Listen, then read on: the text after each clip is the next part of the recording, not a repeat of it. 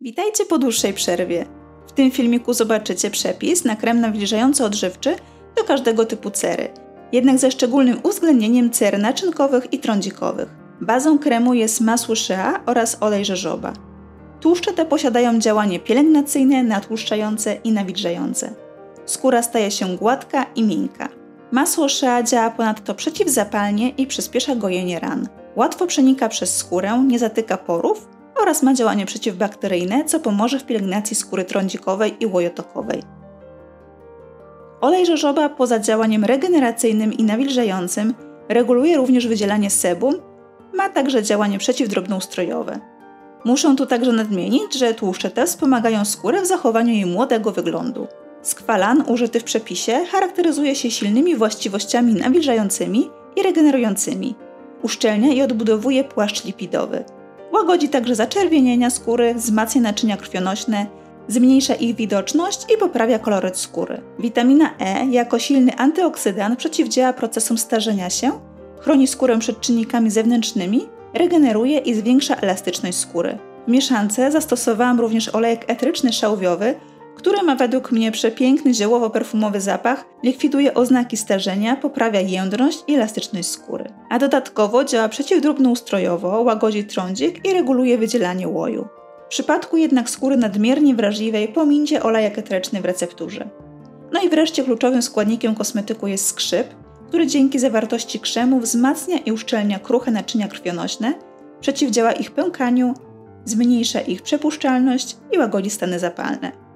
Do wykonania kremu odważam 5 g suchego ziela skrzypu i zalewam około 100 ml wody destylowanej.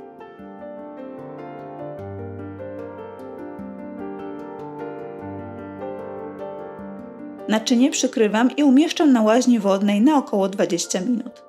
Woda powinna osiągnąć około 70-80 stopni Celsjusza. W tym czasie odważam 3 g emulgatora i 5 g alkoholu cetylowego. Nazwy substancji i ich ilości znajdziecie w opisie pod filmikiem. Następnie odmierzam 5 g masła shea i 15 g oleju rzeżoba. Zioła po zaparzeniu zdejmuję z łaźni wodnej i odstawiam jeszcze do naciągnięcia.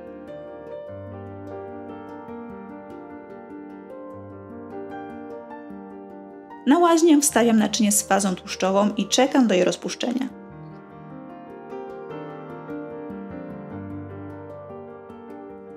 W tym czasie przecedzam napar ze skrzypu i odważam 63 g roztworu. Następnie zaczynam intensywnie mieszać mikserem rozpuszczoną fazę tłuszczową, dodając do niej stopniowo wciąż gorącą fazę wodną. Dzięki emulgatorowi i alkoholowi cetylowemu powstaje nam emulsja, która w miarę mieszania i spadku temperatury gęstnieje. Należy mieszać aż do momentu osiągnięcia odpowiedniej kremowej konsystencji. Kiedy emulsja jest jeszcze ciepła, dodaję około pół grama gumy ksantanowej. To pozwoli zagęścić emulsję i zapobiec jej ewentualnemu późniejszemu rozwarstwianiu.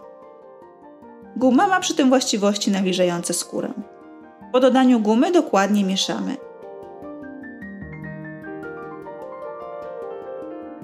Następnie dodaję 5 g gliceryny roślinnej dla zwiększenia właściwości nawilżających, 1 g skwalanu i ponownie mieszam.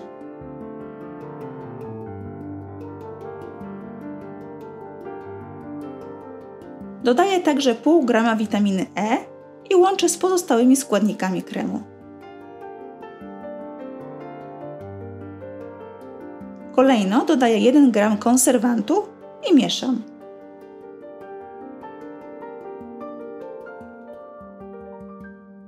Ostatnim składnikiem jest olejek eteryczny. Ja wybrałam szałwiowy, ale może być także lawendowy, różany czy geraniowy. Dodaję 10 kropli olejku i mieszam krem po raz ostatni.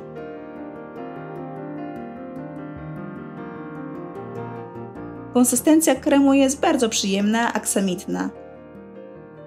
Krem dobrze się rozprowadza, dość szybko wchłania i nie pozostawia tłustej warstwy. Skóra za to jest nawilżona, miękka i gładka.